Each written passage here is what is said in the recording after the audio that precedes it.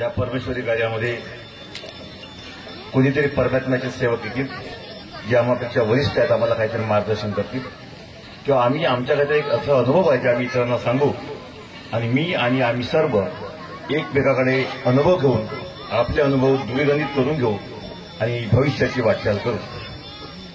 चर्चा बैठकीचं जो उद्देश, या कार्यक्रमाचा जो उद्देश आहे त्याला अनुसरून जर काही सांगतो म्हटलं तर फक्त एक छोटासा शब्द जो सुरुवातीला सर्वांनी ऐकून घ्यावं. जेवढे बोलून राहिले बोलणाऱ्यांनी पण मेकअप पेटा घरी खूप सुंदर केलं. आता इथं हा असा आहे. तर ही जी चर्चा बैठक आहे, या चर्चा बैठकीकरता महान त्यागी बाबा जुमदेवजी बाबा चर्चा बैठक घ्यायचे, सेवकांना मार्गदर्शन करायचे. तुझी ते वेळ समजून घ्या, तुम्हाला समजेल की आम्ही बैठकीमध्ये कसं बोललो पाहिजे, कसं बसलं पाहिजे. बैठकमध्ये जेव्हा महान त्यागी बाबा जुमदेवजी बोलायचे तेव्हा बाबा नसायची, बाबाची एक अवस्था असायची, ती निराकार अवस्था.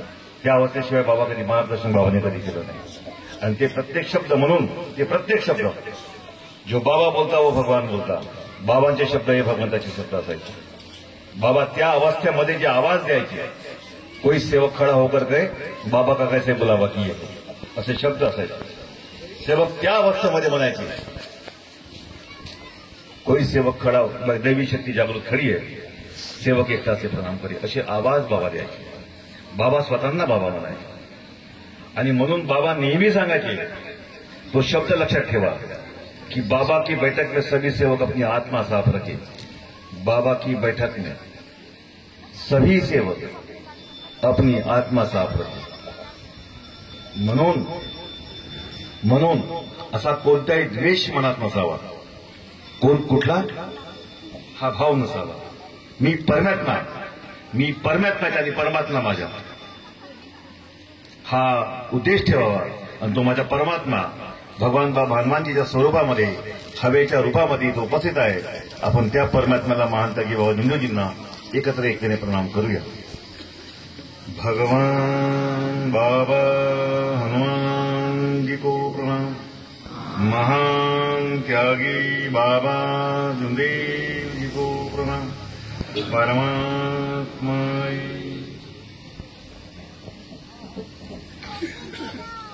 भगवंताच्या प्राप्तीकरता निष्काम कर्मयोग परमपूज्य परमात्मा एक सेवक मंडळ टीम के नागपूरच्या तीन बाबांच्या आदेशाप्रमाणे आजचे सामूहिक जनरल हवन कार्यक्रम पिपरी, धानला पिपरी या गावी नुकतेच पार पडले असून त्या निमित्ताची बैठक आयोजित केलेली आहे. या बैठकीमध्ये सृष्टीची रचयिता व बुद्धीची विधाता स्वयं भगवान बाबा हनुमानजी उपस्थित आहेत. यांना माझा प्रणाम. त्याचप्रमाणे मानव धर्माचे संस्थापक, एका भगवंताचे परिचय करून देणारे आम्हा सर्वांचे समर्थ सद्गुरू, आपण असं म्हणतो पण बाबांनी पदवी नाकारली होती, पण बाबा समर्थ होते नाही का, आमच्याकरता आमचे गुरु आहेत. म्हणून या मानव धर्माचे संस्थापक महान त्यागी बाबा जुमदेवजी उपस्थित आहेत. यांना माझा प्रणाम. उपस्थित आजच्या बैठकीचे अध्यक्ष महोदय, उपाध्यक्ष महोदय, मान्यवर मंडळी, तसेच प्रमुख अतिथी म्हणून लाभलेले आमचे सर्व सेवक सेविका बहिणी, बालगोपाळ, या सर्वांना माझा नमस्कार. मी पहिल्यांदा या गावामध्ये आलो, मला या गावाचा रस्ताही माहित नव्हता. काल मी खांदेबांकडून इन्क्वायरी घेतली की रस्ता कुठे आहे. मला मागच्या वर्षी आवाज येऊन त्यांनी बोलवलं, माझ्या घरी आले, पण 30 तारीख दुसऱ्या गावी दिली होती, मी तिथे गेलो, इकडे येणं नाही झालं. आजची स्थिती अशी होती की मला दुसरीकडे जायचं होतं.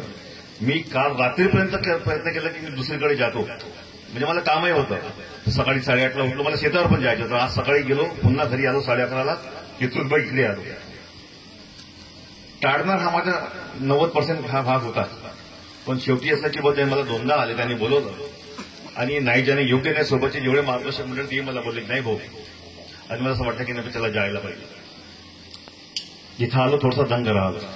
झोप या गावानंतर प्रथमच मला कुठे अशी बुजुर्ग मंडळी जे पाहायला मिळाली, हा आजचा स्टेज आहे. यांच्या पुढे बोलणे म्हणजे मी नाही बोलू शकत. मी बोलीन, माझा अनुभव बोलीन, जे दिलं बाबाने ते बोलीन, पण मी प्रश्नचिन्ह निर्माण करणार नाही. वाटल्यास मी माझ्या मनातले प्रश्न यांच्या मार्फत सोडवून घेईन. माझ्या मनातले प्रश्न मी यांच्या माथा सोडून देईन. मला फक्त एकच करावं लागेल, इथं बसावं लागेल, थांबावं लागेल. प्रत्येक माझ्या या मार्गदर्शक कुळातले जे वरिष्ठ आहेत, आमचे कुळ आहे, आम्ही एकाच कुळातले आहोत. मार्गदर्शक हा आमच्या कुळ आहे. या वरिष्ठांकडून जे आमचे भीष्म पितामह आहेत आजच्या तारखेमध्ये मला मन लावण्याचे आहे. बोलताना मला हाही विचार करावा लागेल की माझ्या बोलण्यामध्ये, माझ्या वाणीमध्ये, माझ्या शब्दांमध्ये कुठेही यांचा अनादर होता कामा नये. कारण की आम्ही प्रत्येकी पाहतो, प्रत्येक स्टेजवर पाहतो एक गोष्ट, भिगोळे साहेब मनात आलं ते सगळं बोलून देतो. जे जे मनात आलं ते सगळं बोलून देतो, समजून उमजून बोलून देतो. आणि बोलून झाल्यावर माझ्याकडून काही चुकलं असल्यास, कुणाच्या मन दुखल्यास मी मला क्षमा मागतो. एवढे बोलून माझी दोन चुका पूर्ण करतो. माणसाची ही वकिली आहे, याहूनपेक्षा मोठी चालाकी नाही. आणि चालाकी माझ्या परमात्म्याला मात्र हे कळते. तुझ्या मनात काय, तुझ्या ओठात काय, तुझ्या वाणीत काय, तुझ्या विचारात काय, तुझ्या कर्मात काय जे दिसत नाही ते त्याला माहित असते. का ते चैतन्य शक्ती प्रत्येक आत्म्यामध्ये आहे. असं नाही की देवाच्या जिथं देवघर आहे तिथं देव बसला आहे, मागच्या खोलीमध्ये काही पण चालते नाही. जिथं जिथं मी जातो, जिथं जिथं हवा आहे आणि तो हवा रूपी भगवान तो माझ्यासोबत आहे. हा विचार मात्र प्रत्येकाने करायला पाहिजे. तो असं होत नाही म्हणून आम्ही बोलून देतो, मोकळे होतो. भाऊ पुढे जातो, ह्या भी एक कप चाय और वहां भी एक कप चाय, नाही का? अशी अवस्था होते आमची. इथं मी माझ्या अनुभवातून सुरुवात करतो. जनरल आम्हाला अनुभव सांगायला भेटतच नाही. बैठकीत आमच्याकडे तसंच कुठे तसंच भाऊ मार्गदर्शन करा. अनुभवापेक्षा मोठा मार्गदर्शन नाही. मी त्या दिवशी एका ठिकाणी बोललो की दादांनो 5,000-7 हजार वर्ष होऊन गेली. तो काळ कसा होता त्याला युग म्हटला गेला आहे, नाही का? आज युग बदलला, वेळ बदलली, काळ बदलले, लोक बदलले, सगळ्या गोष्टी बदलल्या, ए टू झेड बदलल्या. तरी आम्ही 5-7 वर्ष अगोदरचे सिद्ध साठाही पाहतो. त्याला आम्ही रामायण म्हणतो, आम्ही तोच अभ्यास करतो. पण तशी स्थिती आज नाही आहे. सगळंच काय बदललं. आणि या परिस्थितीला ओळखूनच या काळामध्ये परमात्म्याने रचना केली असेल की महान त्यागी बावजिंदूजी याच्या हातामध्ये काही धुरा सोपवली. विचार शक्ती तर दिली, शक्तीसोबत विचार दिला. आणि तो विचार असा होता की त्यामध्ये फक्त प्रवचन नव्हतं, कथा कादंबऱ्या नव्हत्या, नाही. आटपाट नगरात एक राजा होता अशी कहाणी. कोणताही पुस्तक नव्हतं, धर्मग्रंथ नव्हतं, फक्त आणि फक्त योग होतो. त्या योगाला कर्मयोग म्हणतात. तो प्राप्त करण्याकरता जो योग प्रथम स्वीकारावा लागला तो निष्काम कर्मयोग, तो बाबांना स्वीकारावा लागला. निष्काम कर्मचे शब्द तेव्हा द्यावा लागलं की प्रथम एक शब्द बोलावा लागला, पाया खोल्यातल्या गोष्टी. संसार में ऐसी कौन सी शक्ति है जो समस्त रोगों के, समस्त कल्पना शक्ति का नाश कर सकती है? उसका हमें परिचय दो. त्याचा मला परिचय द्या. मी सर्व देवांची पूजा बंद करीन, सर्व देवांची पूजा बंद करीन. हा एक शब्द तिथला आहे ज्याला मी विसरून राहिलो. मी जगातल्या नाही, संसार के सब भगवान की पूजा बंद कर दूंगा, या शब्दावर एका परमात्म्याचा परिचय मिळाला. आणि जेव्हा परिचय मिळाला तेव्हा अजून एक शब्द महत्वपूर्ण आहे. मला त्या शक्तीला प्राप्त करायची विधी सांगा. मी निष्काम कार्य करीन. हा निष्काम कार्य करीन हा शब्द तिथला महत्वाचा आहे की ज्यावर ती विधी मिळाली. तुम्ही 5 दिन चिताल हवन करना पडेगा, नाही का? तेव्हा मिळाली. आणि योगायोग पहा की परमात्म्याची प्राप्ती झाली. आता ते एक आमचे भाऊ असे बोलून गेले. बाबांचा जो उद्देश होता शक्ती प्राप्त करण्याचा, नाही का, तो एक उद्देश होता की त्यांनी मानव धर्माची स्थापना केली. तो उद्देश पण झाला, चुकीचा बोलला. उद्देश तो नव्हता. दुःखातून मुक्त होण्याचा उद्देश हा, ती शक्ती मी मरीन किंवा एक भगवंताला प्राप्त करेन, दुःखातून मुक्त होण्याचा हा त्याचा उद्देश होता. आणि जेव्हा प्राप्ती झाली हा उद्देश झाला, नंतर माझ्यासारखे अनेक दुःखी आहेत यांना सुखी करण्याकरता बाबांनी मानव धर्माची स्थापना केली. हा त्याचा सरळ अर्थ असा आहे. आणि हा जेव्हा धर्म स्थापन केला, लोकांना कार्य दिले, आणि जेव्हा बाबाचा शेवट आला त्या शेवटच्या क्षणी पहा बाबा काय म्हणाले. जेव्हा त्याला भेटायला गरीबदासजी गेले, तो शब्द महत्वाचा आहे. गरीबदास मला सरकारने फसवलं. उगीच टाळ्या वाजवल्या. लानत आहे आमच्या, बरोबर. काय म्हटलं त्यांनी शेवटी की गरीबदास मी सेवकांवर विश्वास केला आणि सेवकांनी मला फसवलं, म्हणून बाबावर दुःख आले की बाबा दुःखी राहिले का दुःखी झाले. मग आम्ही अशा गोष्टीवर विचार का बरं करत नाही, अशी आमची चर्चा बैठक का बरं होत नाही, हे व्हायला पाहिजे. हा आमचा उद्देश नाही. मी माझा उद्देश सांगतो, मी माझा परिचय देतो. जेव्हा की मी सेवक आहोत, दुःखी होतो, मला परमात्म्याच्या परिचयाला तो कोणत्या माध्यमातून आला हे मी सांगायला पाहिजे. हाच माझा उद्देश. खरं पहिलाच हे चर्चा बैठक संमेलन वगैरे घेण्याचा जो उद्देश आहे प्रचार आणि प्रसाराचा आहे, तो कोणाचा, मी आणि माझा नाही. तत्वशब्द निमाचा प्रचार प्रसार हा उद्देश आहे. खरं पाहिलं प्रचार जो करायचा आम्हाला तत्वशब्द निमाचा करायचा आहे. मंडळ भवन टिमकी हे जे आहे निवासार आश्रम हे सगळे हे विटा मातीने बनलेल्या वस्तूंचा आम्हाला प्रचार करायचा नाही आहे. हे मानव निर्मित आहे, आम्ही तयार केलं आहे. बरोबर. तो देव निर्मित हा शरीर, याच्यामध्ये जीवामध्ये आत्मा, आत्म्यामध्ये परमात्मा, त्याच्या परिचय मला कसं झाला. जी पूजा आज करतो ती पूजा मी अगोदर पण करत होतो, पण मला हा परिचय नव्हता. माझ्या शब्दावर कार्य घडत नव्हते, माझ्या शब्दावर भूत निघत नव्हता. माझ्या शब्दांनी माझी सोडवणूक होत नव्हती. दुसऱ्याची सोडवणूक माझ्या शब्दावर, माझी सोडवणूक दुसऱ्या शब्दावर कधी अशी होत नव्हती. हा मला कसा मिळाला, ज्याचा मला प्रचाराने प्रसार करायचा आहे. की कोणताच मंडळ, कोणतीच संस्था, कोणताच आश्रम, कोणीच कार्य करून नाही राहिले. सगळे मी आणि माझा परिचय करून राहिले. ही खंत आहे. आज सेवकाला आम्ही मार्गामध्ये आलो, फार दुःखी होतो. माझे वडील व्यसनी होते, आईच्या अंगात पण देवी यायची, परिस्थिती बिलकुल लाचार होती. आपलं भविष्य कसं सुद्धा आम्हाला माहितीच नव्हतं. आमचे वडील, आमची जेव्हा लग्न झाला, माझ्याकडे बिझनेस नाही, शिक्षण नाही, फक्त 12वी पास. घरातून आम्हाला कोणती गोष्ट देतील भाऊजी 10,000 नाही दिले आम्हाला. गव्हर्नमेंट सर्वंट 5,000 नाही दिले. ते बळ्या काका जिथे बसले आहेत त्यांना माहित आहे. आम्ही बाबा 5,000 नाही मिळाले की बेटा घे आणि आपली व्यवस्थित सुरुवात कर. नाही, अंगामध्ये स्किल कोणताच नाही. मी फक्त भाऊजी म्हटलं, भाऊजी मार्ग द्यायचा. जास्त शहाणपण नको सांगू बेटा म्हणे. जवान आज साल्यावर खोटावर पोचतो म्हणे, कामधंदे करा म्हणे. हे भाऊजीचे उत्तर होते. भाऊजी मनुष्य म्हणतो म्हटलं की मार्गामध्ये यायचे. पहा, आणि आम्ही मार्गामध्ये आलो. भगवंताच्या कृपेनं नव्हत्याचे होतो झालो. आज सर्व गोष्टी आम्ही समाधानी आहोत. हे सर्व परमेश्वर कृपेने आहे. सर्व परमेश्वर कृपेने आहे. घर आहे, दार आहे, पत्नी सर्व्हिसला, आता मुलगा पण सर्व्हिसला लागला, शेतीवाडी पण आहे. सगळ्याच गोष्टी आहेत, जे पाहिजे तिथे आहे. ती सर्वच गोष्टी आहेत. गाडी घोडीपासून सर्व सोन्या सर्व गोष्टी आहेत. पण आम्हाला कुठे अहंकार नाहीये, याचा अभिमान नाहीये. ही सांगण्यासारखी गोष्ट नाही. फक्त उद्देश एवढा की आम्ही सुखी आहोत. हे परमात्म्याचं सगळ्या गोष्टी घडल्या. आणि म्हणून हे सर्व घडण्याकरता मार्ग घेणे हा जो माझा उद्देश होता की भाऊजी म्हणून मार्गात यायचं आहे. आणि जे केलं, जे मागितलं ते मिळालं. फक्त उद्देश एवढाच की हे सगळं बोलून शेवटी माफी मागणे असं नाही. कधी विनंतीचा विचार करा, विनंती कशी शिकवतो मी, याची मला क्षमाचा शब्द मधामध्ये आहे. शेवट असे मी सत्य वचन देतो, याला जीवनात कधी विसरणार नाही असं आहे. हा खूप चांगला अभ्यास आहे विनंतीचा. मी विनंतीवर खूप सुंदर मार्गदर्शन करू शकतो.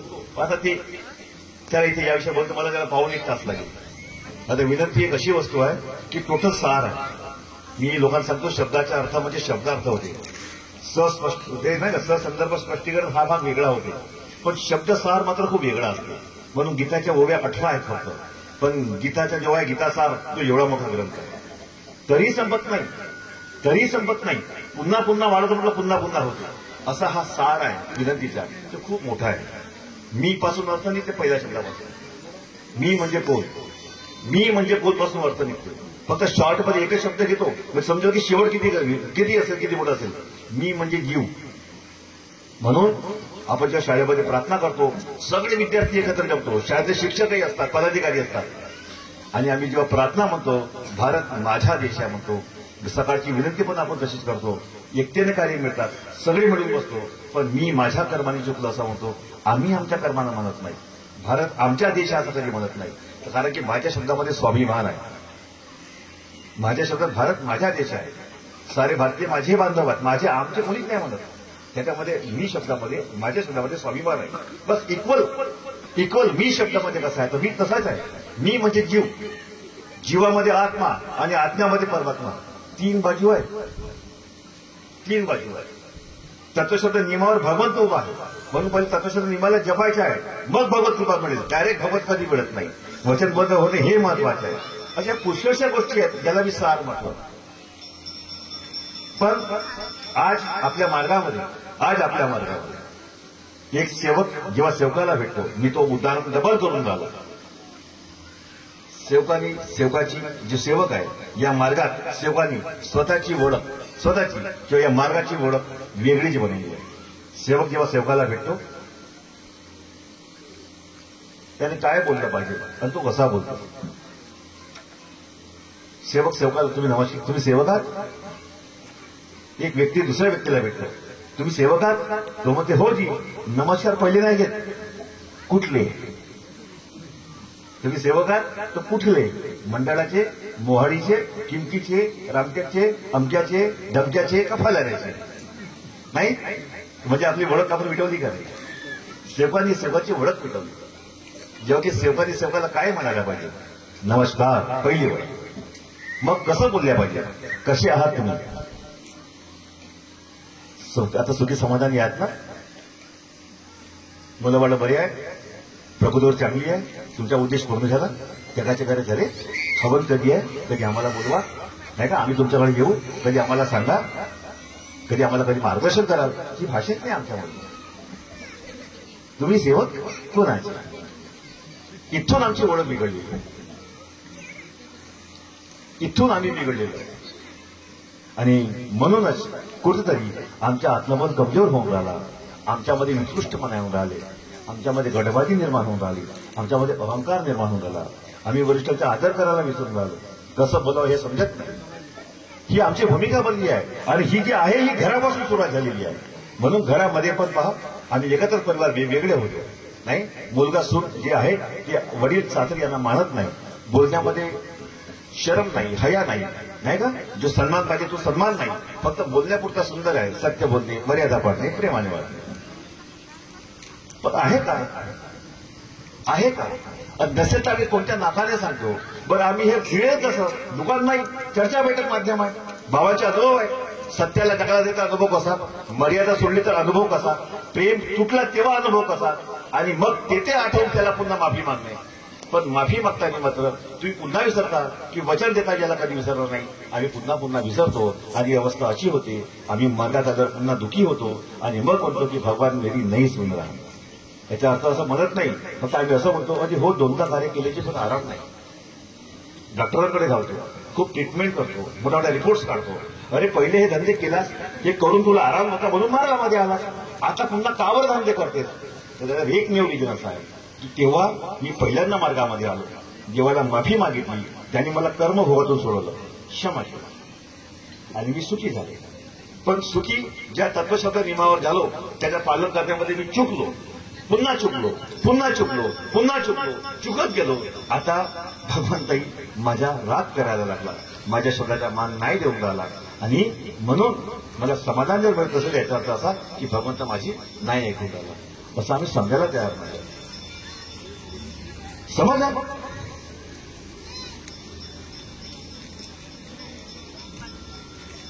पण आमच्यामध्ये कधी असं वाटतं की वरिष्ठांसमोर काय बोलावं.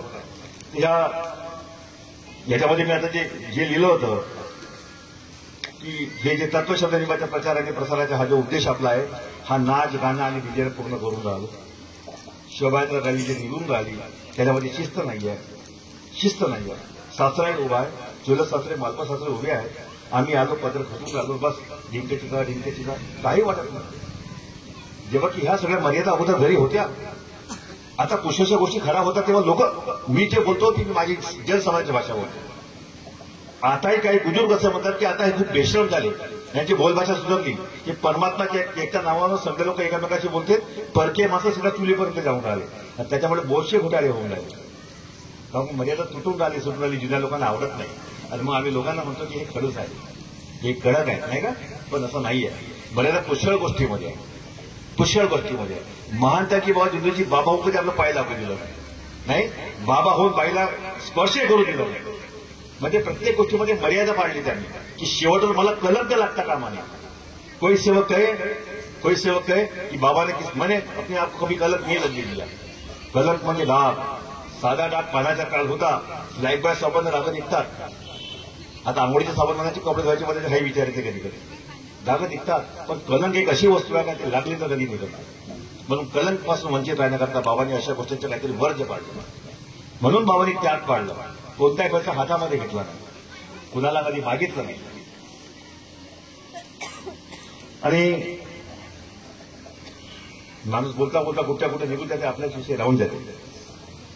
की आता ज्या प्रकारे लोक वागून राहिले, जे लोक वागून राहिले, फोटोवरून राग निर्माण करून राहिले, एकामेकाकडे जात नाही. कोणी दहाचे बोलले मगाशी की फोटो मिळाले म्हणजे सर खूप मोठे समस्या, कोणतरी बोलले असे, आणि ते अहंकार निर्माण करून राहिले. आणि त्याचा उद्देश मी काल त्या सिरसोले गावामध्ये सांगितलं, काय त्या उपाय काय, त्याला रिपीट करत नाही. खूप सुंदर उपाय सांगितला माझ्या मते, असं मला वाटतं की हे जे बंधन आहेत, वरून आदेश आहेत, ते मंडळातून फक्त कार्यकर्त्याकडे आहेत. कार्यकर्त्यांनी नाही जावं त्या कार्यक्रमात, पण गावातल्या सगळ्यांना बंधनामध्ये घालावं नाही. तुमची इच्छा, तुम्ही जाऊ शकता किंवा नको जा. पण कारण की तो गट असो की हा गट, आमचे त्यांच्याशी संबंध वडिलोपार्जित आहेत. काका, बाबा, मामा, मावशी असे आमचे संबंध आहेत. बोलते नाते देणे घेणं आहे. आम्ही अनेकाशी प्रेमाने बोलतो, ते आमच्याशी प्रेमाने बोलता येतात जातो. पण तो त्या गटाच्या कार्यक्रमात बिलकुल बंद गैर जायचा नाही. मग तो कोणी आपल्या असं त्याच्या घरी पण जायचं नाही, ते पण आपल्या घरी यायचं नाही. जेव्हा की हा मार्ग जेव्हा स्थापन झाला, त्याचा उद्देश होता की प्रेम निर्माण करणे, चौघांमध्ये एकता निर्माण करेल. पण विपरीत घडून राहिला. आम्ही मार्गदर्शकाला जे वरून ऑर्डर आले असेल संस्थेकडून, तो मार्गदर्शकाला आहे. त्याने यासाठी पाडावं की त्याचे फोटो बंद होऊ शकते, त्याचा पद रद्द होऊ शकते, म्हणून त्यांनी पाडावं. पण सेवकाला मोकळं ठेवावं. जा रे बाबा, हे आपलं समज आहे, मला मदत नका. दोन माणसं एकमेकाच्या जाणार नाही, पण सेवक तर गुन्ह्या गोविंदात नांदतील ना, असा उद्देश आम्ही मार्ग काढू शकतो. हा पर्याय आमच्याकडे आहे, पण आम्ही मात्र तो पाळत नाही. जेव्हा की मग ते लोक म्हणतात की हा बाबांचा आदेश आहे, नाही मंडळाचा आदेश आहे. मंडळ म्हणतो जर आदेश आहे. मी तशा लोकांना पुन्हा प्रश्न सांगतो. बाबांनी म्हटलंय कर्जमाफी हे हरामखोरी आहे. काय म्हटलं? कर्जमाफी हरामखोरी आहे. एकरी 20,000 भेटू द्या, सगळ्यात पहिले 7-12 सेवक जमा करतात. 50 रुपये आले, पहिले पैसे जमा केला, तुमच्या मेहनतीचे होत. हे हरामखोरी नव्हे, तो बाबाचा आदेश नव्हे, नाही का? ते काहीतरी जमा होऊन राहिले खात्यावर, तर पहिले उचलतात, मग ते हरामखोरी नव्हे, तो बाबाचा आदेश नव्हे. नाही, भेटला म्हणून सोडून द्यायचा. तर हे मतलबी पण आहे, हा मतलबाचा आहे. हे खरी हरामखोरी. तो आदेश आम्ही पाळत नाही. जर आम्ही तिथून सुरुवात करायला पाहिजे. बाबांना म्हटलं मी बैमानीचा घेणार नाही, भुकटात भेटलं तर घेणार नाही. तिथं आमचा मात्र विषय कुठेतरी बदलतो. तर आम्ही अशी आहोत, आमच्यामध्ये ते सुधारणा होऊन नाही राहिली. ही गोष्ट मला सांगायची यासाठी वाटली की मगाशी एक सोडचिठ्ठीवर मुद्दा निघाला, ती बिलकुल सत्य गोष्ट आहे. मी पण हा प्रकार केला होता. या बायला सोडचिठ्ठी देऊन टाक म्हटलं. तो माझ्याकडे मला बोलतो तेवढा करतोच करायलाच का म्हटलं. मी कधी खडसावून पण बोलतो, तो सध्याच नाही म्हणून. हो भाऊ म्हणे, दिलं का म्हटलं. तेव्हा दिलं म्हणे, दुरुस्त झाली. अरे भूताला सोडचिठ्ठी, आता ही तुझी पत्नीची होशमध्ये आली, स्वीकार कर म्हटलं, ही तुझी पत्नी. तुरंत शब्द मोकळा केला. हे अनुभव आहेत. आम्ही बाबांच्या या अनुभवातून खूप काही शिकायला पाहिजे. आम्ही शिकत नाही, शिकायला पाहिजे. आमच्याकडे एक राखी वरकडताची बाई आहे, लोकमतला आज सखीमतला फोटो आली डान्स करताना. तिने आपल्या मामीला का मावशीला आपली मुलगी दिली. राखी पहा म्हटलं, वरकडे आडनाव आहे, राखी सुनील वरकडे नावाचे सांगतो. हा युट्यूबवर येणार आहे, तरी पण सांगतो की माफ करा, हा नाव काढशील बाबा, त्या मुलीला माहीत नाही ह्याला पाहिजे. तर दिलं, देणे काही सोपी नाही. बेटा देशील ते एक गोष्ट लक्षात ठेव म्हटलं, तू रडायला नाही पाहिजे. दादा ती मला दादा म्हणतो, दादा मी नाही रडणार, पक्का म्हटलं, खुशी खुशी देशील. जेव्हा एकदा डिलिव्हर झाली मुलगी झाल्यानंतर तिला आईला स्तनातून दूध येते. पहा यालाच मी म्हटलं होतं, ज्याच्याबद्दल उदाहरण दिलं होतं की काळे नाठाविषयी कृपाळू देवाशी, काळे नाठाविषयी का आठवण करत नाही, कृपाळू देवाशी, कृपाळू देवाला पोषितो जगाशी तोची येतं. याचं उत्तर सुशिष्ट वेगळ्या प्रकारे होतं. मग त्याला आध्यात्मिकचं उत्तर असा होता की जेव्हा बाळ आईच्या पोटामध्ये होता, आईच्या बाळाची नाळ आईच्या नाळाशी जोडलेली होती, त्याला तिथून अन्न भेटायचा, त्याचा पोट भरायचा. बरोबर. 9 महिन्यावर जास्त झालं तर माहिती पोटाने पोटात शी, बाळाची पोटात शी केली, खाल्लं नाही तर शी केलं कुठून, पण ते तसं होतं, त्याचं अन्न भरायचं. पोरगा जेव्हा पोटाच्या बाहेर निघाल्यावर जशी नाळता काढली, आईच्या स्तनात दूध यायला लागलं. जेव्हा की कोणत्याही मातेला कुवऱ्या कुत्र्याला दूध येत नाही, पण बाळाचं जेव्हा डिलिव्हरी झाली आपोआप दूध येते. म्हणजे नंतर पण त्याच्या भरण पोषणाची जबाबदारी होण्याची परमात्म्याची आहे. पोट कोण भरते बाळाचं? परमात्मा. म्हणून त्याने म्हटलं पोषितो तोची येतं. हो मुद्दा कुठे होता माझ्या सुरू? राखी. त्या ज्या बाईंनी तो जो बाळ, बेटा रडसून नको म्हटलं, पण प्रश्न असा पडला, तिला दिलं. तिला जे दूध यायच्या 8-10 दिवस झाले होते. दादा माझी छाती खूप भरून आली, खूप टाईट झाली. रडले तीच का रे बेटा म्हटलं. थोडं पाणी आता म्हणजे त्याची माफी मागून टाक म्हटलं. आता तुझी छाती भरून येणार नाही. पूर्ण छाती ढिली पडली, पूर्ण छाती ढिली पडली. जगीचं दूध जर जमा राहिलं काय असेल तर दुधाच्या गाठी म्हणतात. गाठी तो जो मांस असतो तो सडते, त्याचा ब्रेस्ट कॅन्सर म्हणते. बरोबर आहे, तिला कोणताच त्रास नाही, कोणताच त्रास नाही. आणि पहा हे सगळे अनुभव बाबांनी जसे अनुभव दिले, जसे दिले तसं बोलायचं. माझा भाऊ कोरोनामध्ये, मोठा भाऊ मेल्यानंतर लहान भाऊ जेव्हा होता, डॉक्टरनी मेसेज केलं, रिपोर्ट आता रात्री देऊ का पहाटे देऊ. संजयभाऊ बसले, खबर रात्री देऊ की उद्या सकाळी देऊ. मंगेश गेला माझा लहान भाऊ. मी देवासमोर हात फिरवला, रडलो. बाबा नाथाला आदेश द्या, त्याला सांगा, ते इंग्रजला म्हणेल, बाबा सांगा माझा भाऊ घरी जिवंत आल्या पाहिजे. आणि सकाळी आमच्याकडे फोन आला, माझ्या भावाचा फोन आला. तो म्हणतो मला खूप जोराची भूक लागली, जेवण पाठवा. तो गेला होता, त्याचं स्वप्न तसाच होता. पांढरा व्यक्ती समोर समोर, माझा भाऊ मागे. डॉक्टर चिल्लावला, मंगेश भाऊ, मंगेश भाऊ, जोरा जोराचे डॉक्टर चौकून, मंगेश भाऊ. तो त्याला माहिती आहे जाऊन केला म्हणून.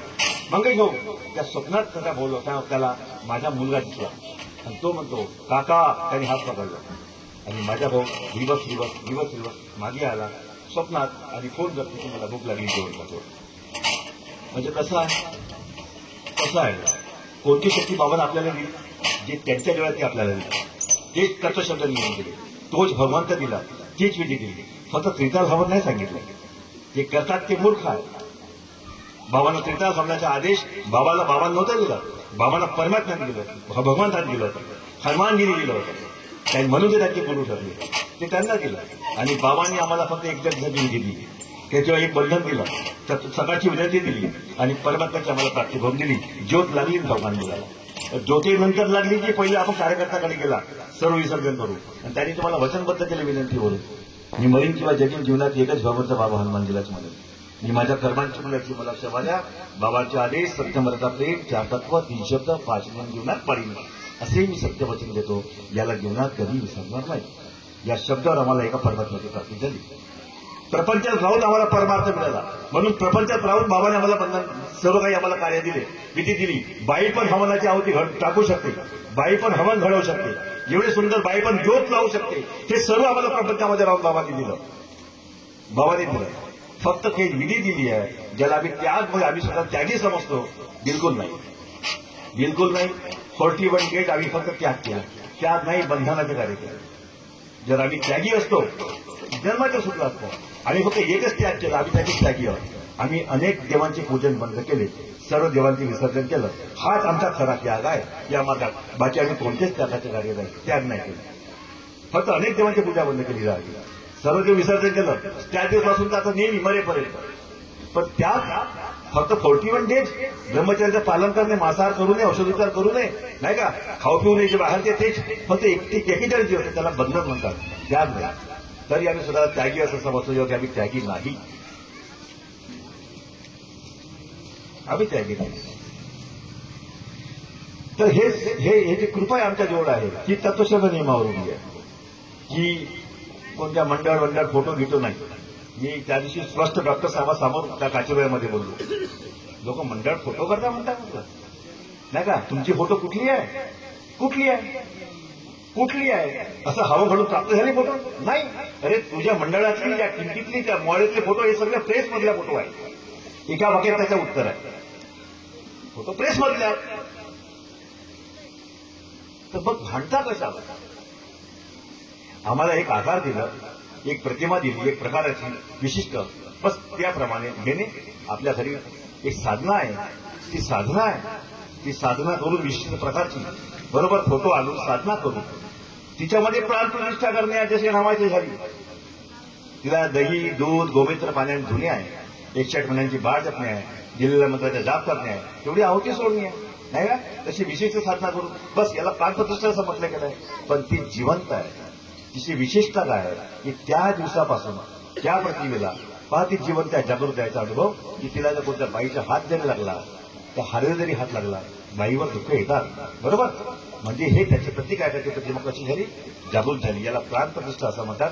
तिच्यामध्ये जीव निर्माण झाला. नाही का?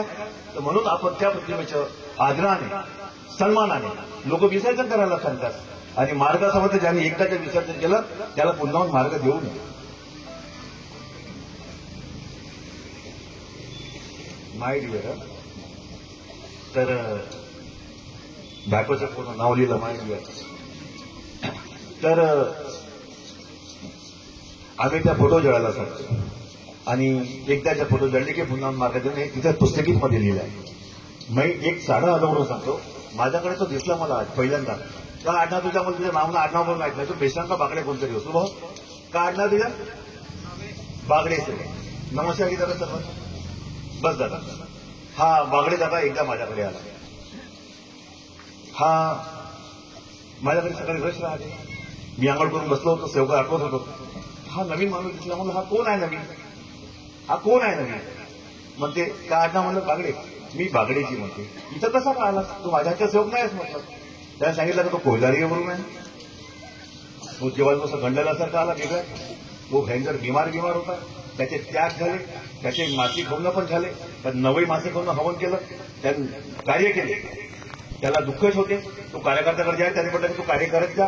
तो कार्य करायचा हवन करायचा दुकान कार्य सांगतो नुसतं कार्य करत राहा. तो भयंकर दुःखी होता. तो इथं कुठंतरी एका मार्गदर्शकाकडे गेला. 2-4 जणांकडे गेल्यानंतर मग तो गरजाची कुमारेकडे गेला. कुमारेकडे गेल्यावर त्यामध्ये कोणते सेवक होता गमले तर माझ्या हातचे असेल होते.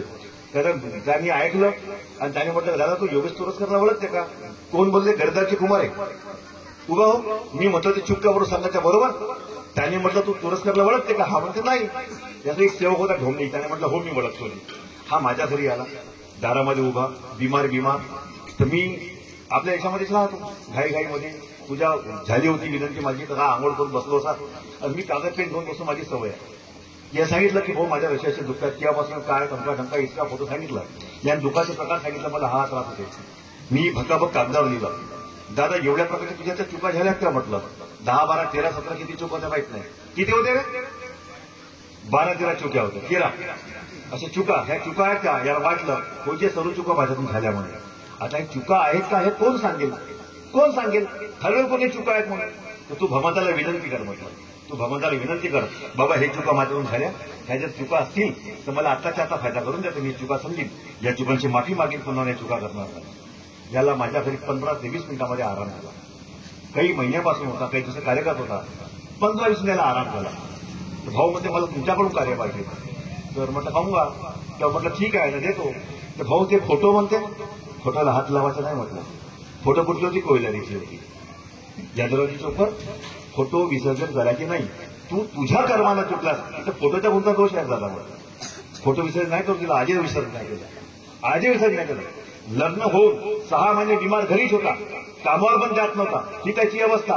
मुलं बाळा काहीच नव्हते आणि तोच महिना चुकला. त्याच्यासोबत किती त्याला 2 मुले लागते ना. 2 पहा. तर कोणी दिलं. यात फोटोचा काय दोष होता. आणि आधी त्याचे फोटो विसर्जन नाही केले. माझ्या घरी मंडळाचे फोटो आहे. मी टिंकीशी जुळला होतो. कोयलारीचा होता. कुठं प्रसंग आला माझ्या भगवंताचा. नाही. दोष माझ्या भगवंताचा नाही. दोष आमचा आहे. आम्ही खरोखर एक परमात्मामय आहोत का. परमात्मावादी आहोत का. एक ईश्वरवादी आहोत का. हा आमचा प्रश्न आहे. बाबाने दिल्ली कशी रूपरेषा आम्ही ती स्वीकारली का. जी दिल्ली आम्ही तिचं पालन करतो का. हा आमचा प्रश्न आहे. आम्ही त्याच्यामध्ये नवीन रंग कसे भरून राहिलो ते वाजीब आहेत का. हा आमचा प्रश्न आहे. आज बाबाने म्हटलं की एक भगवंत आहे. बाबांनी बाबाच्या हयातीमध्ये सुंदर शब्द दिला. कोकास एक दिली भेटले. शांताबाई नळवाले बाबांची पुतणी रमेश भाऊची बहीण मारुतीजी ठोकरेकर यांची कन्या. मी त्या प्रोग्राममध्ये उद्घाटन वगैरे काहीतरी होतो खूप वर्ष अगोदर. मी त्या स्टेजवर बसलो होतो आणि ते कोकासे वगैरे नावामध्ये असे खुर्ची लावून बसले होते. ते लठ्ठ होते. कुर्ता पायजामावाले.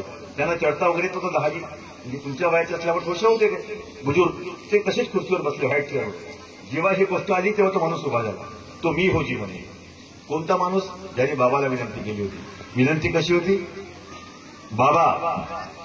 बाबांच्या हयातीमध्ये बाबांसारखा सेवक निर्माण झाला पाहिजे. अडल्या प्रश्न आले आणि सोबत बाबांच्या हयातीमध्ये बाबांसारखा एक सेवक निर्माण झाला पाहिजे. बाबांनी म्हटलं कोई सेवक आहे कैसे बोलावा चाहिए. तो व्यक्ती उभा झाला. तर बाबाने काय म्हटलं ठीक आहे. सेवक से हो या परिवार से हो. सेवक से हो या परिवार से हो. कोई ऐसा एक व्यक्ति हमें दे दे उसे युग पुरुष बना देंगे. आणि बाबांनी विनंती दिली कोणीही सेवा, कोणीही व्यक्ती, परिवार म्हणजे कुटुंब तुमच्या सेवेतून निर्माण झाला नाही. बाबांच्या हयातीमध्ये निर्माण झाला नाही. आता बाबांच्या नसल्यानंतर सगळेच बाबा म्हणतो असे म्हणून राहिले नाही का. बाईले माणूस म्हणा अशी स्पर्धा लागली आहे, गदीले घोडा म्हणा अशी अवस्था निर्माण झाली आहे. ही अवस्था आहे नाही. मी भगवत प्राप्ती केली, माझ्या मांडीवर बसून हवन घडवा म्हणजे आता बडग्या गुडग्या बी तुमचे बाबा म्हणून राहिले नाही का. ही अवस्था आज आहे. आता आम्ही त्यांच्या मागे धावून राहिलो तर खरं आम्ही एकेश्वरवादी आहोत का. बाबांचे शब्द मी मरीन किंवा जगीन जीवनात एकच भगवंत बाबा हा दिलाच म्हणून या तत्वावर आम्ही आहोत का. मग खरं सांगा की आधी आम्ही अशी आहोत. फेसबुक गुगलच्या जमान्यामध्ये तर तेव्हाचे कसे असले, त्याने ओम परमात्मा काढला होता. मग बाबांना जे म्हटलं की मला सेवकांनी फसवलं, मी सेवकावर विश्वास केला, त्यांना म्हटलं की अनेक वाईट व्यसन बंद केले, अनेक देवांची पूजा बंद केली, दुखी सुखी झाला, एवढ्या गोष्टी केल्यावर माझ्या सेवक माझ्याशी बैमान करणार नाही आणि तो बैमानी करायला लागला. म्हणून बाबांनी संस्था स्थापन केलेल्या संस्था बंद झाल्या. ते बाबांनी पाहायला डोळ्यासमोर अशी अवस्था झाली. आणि म्हणून आम्हाला तो हरापुरीच्या डाग एका पर्वताने म्हटलं की तुम्ही उसमें से एक मानव आहे, मानव हे बैमान आहे. बाबाने इमानने उत्तर दिलं, लावून घेतलं मनाला. आम्हाला बाबा वारंवार सध्या आमची पोलीस मनावर घेऊन नाही राहिली ही आमची सुधारणा व्हायला पाहिजे. म्हणून आज आमच्या घरामध्ये मुलं द्रोह करून राहिले, मुली पण द्रोह करून राहिले. बाप मुलांसाठी मार्ग घेते, पोरं बायकोसाठी मार्ग सोडून राहिले. बाप मुलं होत नाही म्हणून मार्ग घेते, बाप आणि पोरं पाहिला. बाप दुखी होता जसं मी आज सुखी झालो. शेतीवाडी सगळ्या गोष्टी आल्या नाही का. आज आता मुलांना तो आज गेलाय बुलेट घ्यायला, आज गेलाय का येते असेल तर तात्पर्य असं की त्या पोराला दुःख नाही पाहायला भेटला ना. भाऊ तुमच्या पोराला दुःख नाही पाहायला भेटला, तुम्ही ट्रॅक्टर चालवल्या, तुमच्या पोराला काय माहिती तो कापसावर वजन नाही मानून. पण उद्या त्या पोराला काय वाटतं, त्याला यशी आवडतो, त्याला आवडत नाही की अयशी म्हणून दुःख आले होते. दुःखातून मुक्त होण्याकरता मी अयशीमुळे दुःखी झालो होतो, सुखी होण्याकरता मी अयशी त्यागी. आणि तो पोरगा अयशी स्वीकारण्याकरता मनासारखी पोरगी मनासारखा पोरगा भेटून राहिला म्हणून पाहायचे नाही भडवे कोणी याच्यासोबत माझी जिंदगी पूर्ण होईल का, हा माझ्या जीवन सुखी करेल का, माझी रक्षा करेल का, माझा प्रपंच साधवेल का. नाही, मस्त इंजिनिअरिंग शिकून राहिला, जाऊन कसं राहिला ड्रायव्हर सोबत. तू तुमची जिंदगी असा म्हणाला नाही. आई वडिलाला कलंक लावून राहिला नाही. आई वडील स्वप्न पाहते की मी माझ्या मुलीला शिकवलं, मी तिच्याकरता योग्य असं स्थळ सोडलं. पोरगी आपलाच पाहून राहिली की मर्यादा भंग नाही आहे. तुम्ही मार्गदर्शकाचा अपमान करता, या मार्गाचा अपमान करता, आई वडिलाशी तुम्ही द्रोह करता, त्यांची आत्मा दुखवता, तुम्ही कधी सुखी राहता. आणि ज्याची अवलाद पडाली असेल त्याला गेट आउट करून टाकावं नाही. त्यांनी आपल्या तशा मुलाचा त्याग करून टाकावा. जर अशी अवलाद तुमच्या पोरी जन्माला आली नसेल तर त्याला खरा सेवक म्हणावा, नाही त्यांनी आई वडिलांच्या आणि गुरुजनांच्या आपल्या शब्दाचा पालन करावा. अशी मर्यादाशीर अवलाद निर्माण झाली पाहिजे, ते संस्कार त्यांच्यात निर्माण झाले पाहिजे, हा उद्देश असावा बैठकीच्या माध्यमातून. अरे प्रेम करणे गुन्हे नाही, आई वडील आणि आपल्या वरिष्ठांच्या मतीनुसार व्हायला पाहिजे, त्याला मर्यादा असं म्हणतात. बाबा तेही तुमच्यावर प्रेम करतात, त्यांना कळते की माझा मुलगा आणि मुलगी सुखी कुठं राहील, बस याची अनुभूती आम्हाला लोकांना नाहीये. हे खऱ्या अर्थाने आमची मर्यादा आहे असं म्हणायला हरकत नाही. मी मगाशी सोडचिठ्ठीचा पाहतो मुद्दाम सुटला होता माझ्या, तसाच एक शब्द होता की तो मुद्दा असा होता सोडचिठ्ठीचा जे भाऊ सांगितलं तर तो माझा मुद्दा सुटून गेला. म्हटलं मी माझा समोर निघून जातो, मला स्टाफ नंतर आठवून मला बेल मारणारा पाहिजे की असाच जे समजलं नाही. महानता की बाबा जिंदगीकडे एक सेवा केला जावा, त्याच्याकडे 9 हवं नव्हता. त्यांनी निरोप दिला, बाबा आज माझ्याकडे शेवटच्या हवा, आज माझ्या घरी 9 शेवटचं हवं नाही. बाबांनी त्याला सांगितलं तू शहाणा आहे सेवक, तू तारीख बदलवली गेली. जशी आता आजची 4 तारीख आहे मासिक दर महिन्याची, त्याची तारीख बदलवली गेली खूप. आणि त्यासाठी तू दर मला हा हवं घडवायचा. जेव्हा मला सांगितलं त्यांनी निवडून द्यायचं कारण माहिती, ते माझ्या चेहऱ्याकडे पाहायला लागले. त्याने का म्हटलं बाबा आज माझ्याकडे शेवटचे हवन आहे, हवन झाल्यावर तो शेवटच्या हवन ठरलं असतं म्हटलं त्या माणसाने. म्हणून बाबा त्याला पुढचे हवन दिले. मग त्याची ती तारीख फक्त आईने बदलून दिली भविष्यात त्यांची प्रकृती पाहून. पण म्हणजे आम्ही बोलतो कसा, हा 9वे हवन आहे, शब्द आहे. 9 हवन दिले, आईच्या पोटामध्ये बाळ पूर्ण होण्यास तयार होण्यास जसे 9 महिने लागतात, तसं एक सेवक पक्का होण्यास त्याला 9 महिने मासिक हवन कार्य दिले बाबाने. आणि यानंतर तुझे हमकार तू घडव, नाही का? हे त्याला पक्का होण्याचा एक ट्रेनिंग आहे तो. पण त्याने शेवटचं म्हटलं, जेव्हा की त्याच्या मागे जीवनभर जिवंत आहोत, जीवन आहे तर मला वर्षानुवर्ष हवन घडवायचे आहे. कधी याची कधी षष्टीचे हवन दरवर्षी येणार, पण त्याने शेवटचं म्हणून टाकलं होतं. तर बस असेच बाबाचे शब्द होते. हे अनुभव आहे का? त्या अनुभवातून शिका. एक म्हणते की राजकारणी पैसा घेते, त्याला मगाशी भाऊ बोलले. आता तो नाहीये, त्याला म्हटलं यार ती मस्त आयडिया आहे, एका दिवशी 4 वाटेकरची आयडिया आम्हाला शिकवते तर बरा होईल. आता मी LIC एजंट आहोत, तुमच्या मागे बिलकुल लागून जातो. तुम्ही काढा, ती चांगली आहे, मुलाकरता काढा. तुम्हाला 5 वर्षांनी एवढे भेटतील, 10 वर्षांनी एवढे भेटतील, आता एवढे भराल तुम्हाला एवढे भेटतील. जे कोणी असेल LIC एजंट, आता त्याला वाटते का मी आपण का पैसे घेऊन राहिलो? अरे भडव्या, LIC माये काढून त्यालाच ना, येतं तुला पैसे देऊ कंपनी, तू जास्त माया पैशावर तो कमवणार आहे. पण तो कसा पडद्या मागून, नाही का, मिळणारी कमाई आहे तुमची. मग ती तुमची सेवा नाही का? तुम्ही एजंट म्हणता. जर ते तुम्हाला तेवढी देणारी, दान देणारी असते तर मी बिना पॉलिसी जमा केलं ना, द्या ना मला पैसे देते का तर तुम्हाला? नाही देत. आमच्याच पैशावर तुम्हाला 20% मिळणार नफा आहे. तुम्ही कमर्शियल त्याला सेवा दाखवता. कोणी आहे काय LIC एजंट? म्हणणार घेऊ नका, मी सत्य आहे ते सांगून राहिलो. मी 1 वर्ष केलो आणि मी जर पाहिलो का हे अशी आहे की माझ्या हातात सेवक आहेत, मी त्यांना एजंट बनवावे, त्यातच मी खाते उडावे, मग माझा प्रपंच भागेल. कोणी आहेत नागपूरमध्ये असे करणारे मोठे मोठे पदाधिकारी, संचालक, कार्यकर्ते पण आहेत. तर हे कसं आहे, एक प्रकारे सेवकाच्या भरोश्यावर मानव धर्माची चादर पाकडून पोट भरणारे आहोत, धंदा आणि व्यापार करणारे आहोत. आमच्यासारखे मेहनती नव्हे ते. एका वाक्यात आता राजकारणी पैसा कोणत्याच मार्गदर्शक कार्यकर्ते लोकांकडे पैसे बघायला जात नाही, कोणीच जात नाही. तो राजकारणी स्वतः येते आणि मधून नाही पाहिजे तो पुन्हा येते. आणि दुसरी गोष्ट पुन्हा अशी आहे, उद्याच्या सत्ताधारी आहे, आज नाही घेतला तर विश्वास कसा येईल माझं काम केलं म्हणून तो आमचा राग असा पाडते. बरं, तो एक त्याचा व्यवहार त्याला दिला, तो फिरते, पोटाला मारते, दिवस फिरते, सांगते लोकांना, त्यानं दिला, त्याचा प्रश्न हो. तुम्ही मार्गदर्शक बन, तुम्ही घे, तुझ्या पोट खाऊन दुखते. तू जेव्हा LIC करतेस, पहा आम्ही पैसे न घेणारा माणूस तरी पण बोलून राहिले. मला आले असतील असा नसतील असा प्रश्न मलाही आले, पण मी याचं समर्थन करणार नाही. पण तुम्ही जेव्हा जाहीर असे बोलता, तुम्ही काय करता? तुम्ही कुणाविषयी जेव्हा असं बोलता, हा अनादर आहे. या मंचावरून हा सत्याचा मंच आहे. फक्त मानव धर्माचा प्रचार आणि प्रसार व्हायला पाहिजे, टीका आणि टिप्पणी नाही व्हायला पाहिजे. आम्ही समाजाला, आम्ही इथं बोलून राहिलो, आवाज जिथे जिथे आला तिथे लोक ऐकून राहिले. त्यांना असं वाटतं की परमात्म्याच्या मंचावरून परमात्म्याचा प्रचार होऊन राहिला. तुम्ही मार्गदर्शकाच्या विषयी बोलू नका, हा माझं सांगण्याचं तात्पर्य आहे. ही भूमिका आमची खऱ्या अर्थाने पाहिजे. आणि म्हणून मग असे म्हटलं की लोक सगळं काही बोलून बोलून शेवटी म्हणतात की माझ्याकडून काय चुकलं तर मला क्षमा करून टाका. पहिले समजून घ्या, पहिले तोलो फिर बोलू. पण आम्ही असं करत नाही. एक हा माझा शेवटचा टप्पा बोलतो मी की सांगायला आणि पुष्कळ काय गोष्टी आहेत.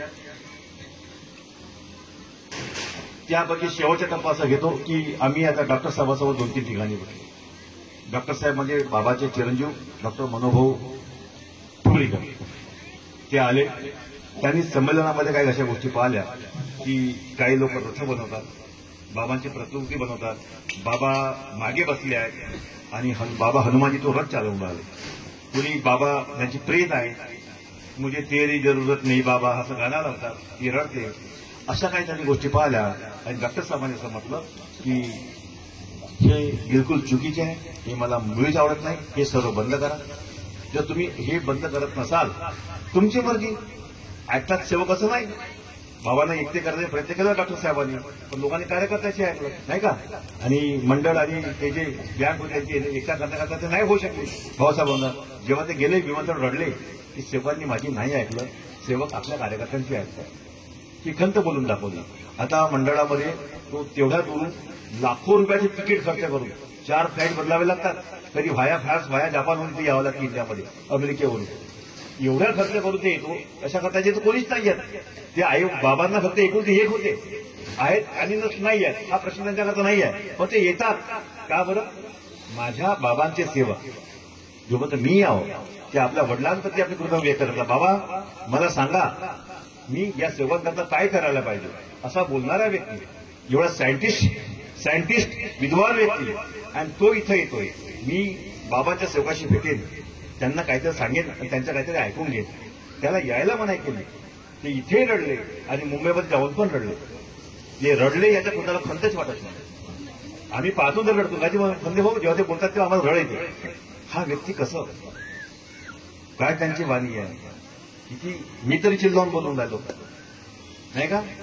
आणि त्यांना असे बुजुर्ग लोक दिसले मला तुम्हाला आजार माझ्या बाबांच्या संगतीतले माणसं आहेत म्हणून तो खूप प्रेमानं बोलते बुजुर्ग लोकांसोबत खूप प्रेमानं. म्हणजे एक तो व्यक्ती की जेव्हा त्यांनी पाहिलं की तुम्ही हे जेव्हा तमाशे करता जे काही तेव्हा फक्त हा विचार करा म्हणे तर तुमच्या वडिलांविषयी असे कृत्य दाखवलं तर तुम्हाला कसं वाटेल. मी सांगून जर मी ऐकत नसाल तर यापुढे तुम्ही अशा कार्यक्रमामध्ये बोलवत नका मी कधी येणार नाही मीच येणार नाही असे स्पष्ट होते डॉक्टर साहेब. ते खोटं आहे म्हणे की भगवान बाबा हनुमानजी रथ चालवणारे बाबा आतमध्ये बसले आहेत. तुम्ही कसे विसरलं म्हणे की भगवान बाबा हनुमानजी बाबांचे गुरु आहेत. गुरु रथ हाकलून आला शिष्य बसलाय असं कधी होऊ शकते का म्हणे. असं आहे का. हे सगळं उलट्या गोष्टी करून राहिल्या याचा विरोध केला. म्हणून कोणी तो सोंग करते हनुमानजीचा तो नाचते नाही का. तुम्ही पेटल्या कुठल्या पोराला बनवून टाकला तो असा बसलाय खालती तिथं. हे कसे आहे कसं आहे. हा अपमान आहे अनादर आहे नाही का. या गोष्टीचा डॉक्टर साहेबांनी विरोध केला. मला असं वाटते भाऊसाहेबांची खंत होती की खंत आम्ही स्वीकार करावी. यापुढे अशा गोष्टीपासून वंचित राहावं. आम्ही तत्वश्रद्धा नियमाचा प्रचार करावा. आम्ही आमचे अनुभव सांगावे. हीच या चर्चा बैठकीची हीच या सेवक सभेची खरी गरज आहे. एवढं बोलून मी माझे 2 शब्द पूर्ण करतो. बाबांच्या आदेशानुसार मानव धर्माची रूपरेषा 4 तत्व 305 नियमाला अनुसरून बोलण्यात मी चुकलो असेल तर भगवंताला माफी मागतो आणि माझे 2 शब्द पूर्ण करतो. सर्व सेवक सेविका आई बहिणी बालगोपाळ सर्वांना माझे नमस्कार.